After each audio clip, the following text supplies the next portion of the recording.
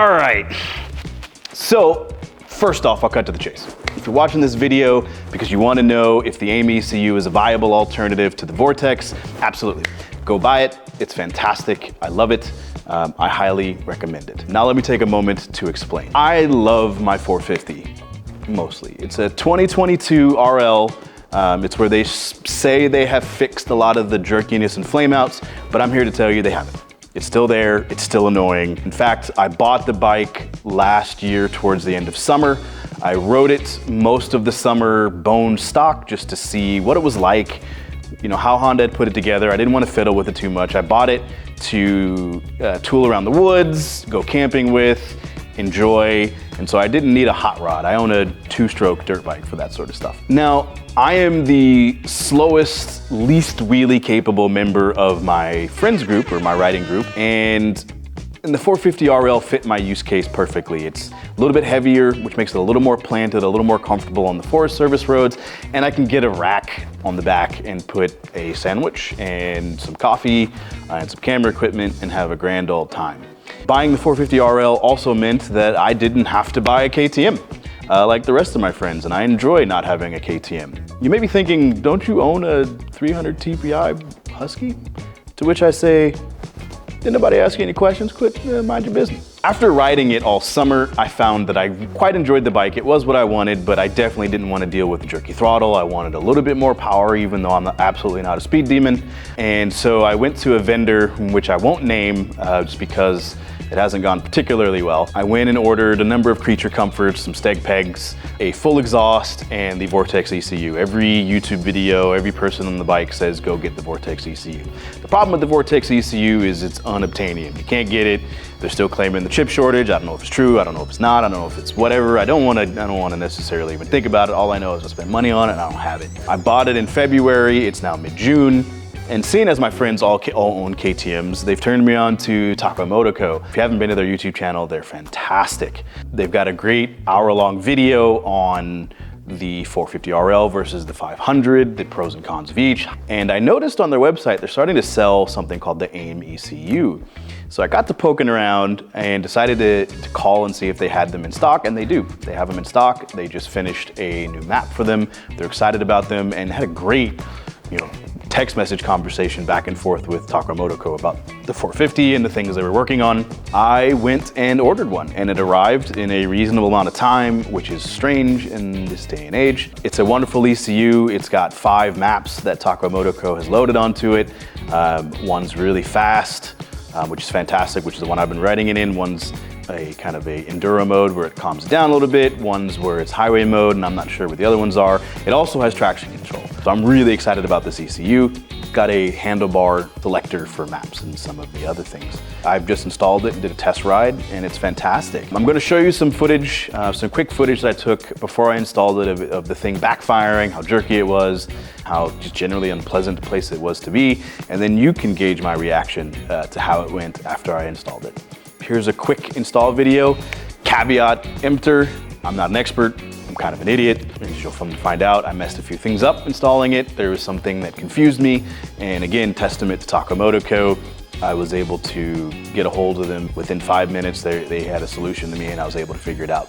So let's get into the install. Let's get into how it went and see some footage.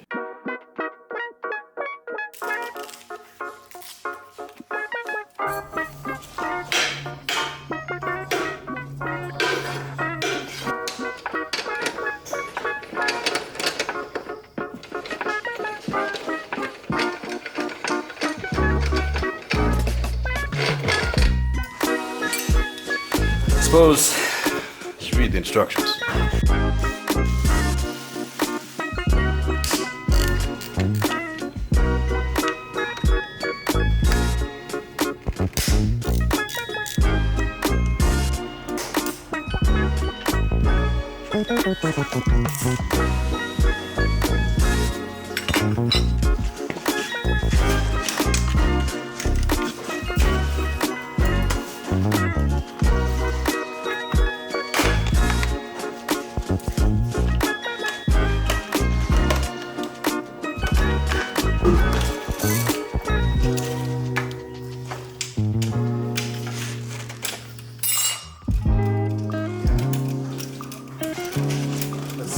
side of my...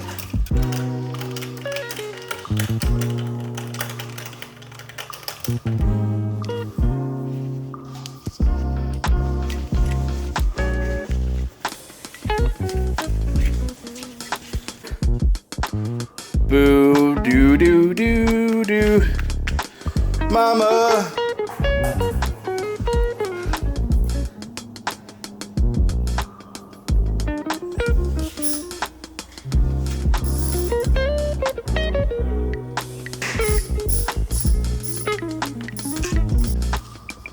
That seems like a bit much.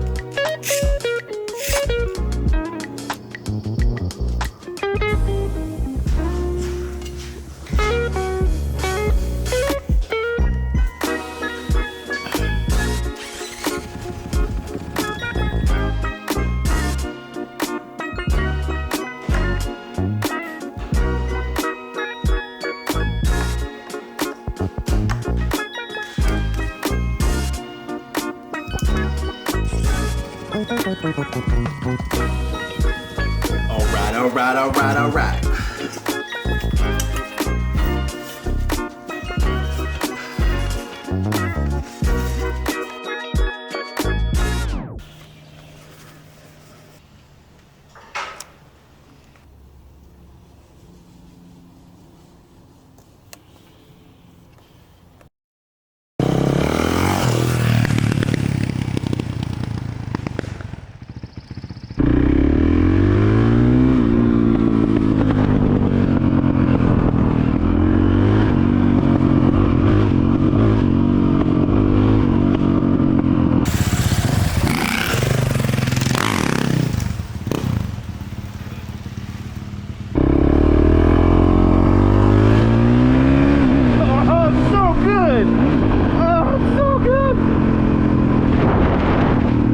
Oh my God, it's so much better.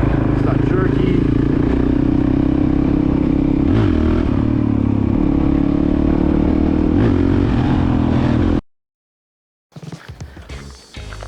All right, that was the AIM ECU. Super easy install. Only real gotcha is you have to modify the boot, and I also modified the bracket to match. I tried to be extremely lazy and avoid removing the bodywork, but that's not possible, as you found out in the video, because you have to route the map switch cable underneath the tank to make it nice and clean. The only other real gotcha is those washers that are on the ECU bracket. Are really easy to lose, so I recommend using a magnet to keep them from moving. But overall, really happy with the ECU, really happy with how easy the install process was.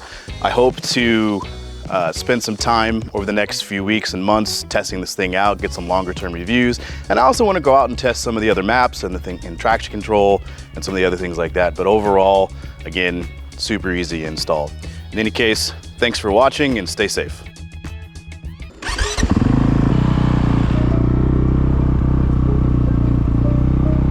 Puppy. Boy, you are dirty. You're marking my territory, huh? Hi, puppy. You're big boy.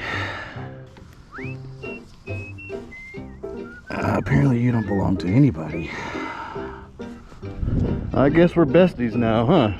Let's go figure out where you live. We are totally best friends now, huh? We should go for a walk together, huh? Show me home, doggo. Which house is yours? No, it ain't that one. I think it's this one.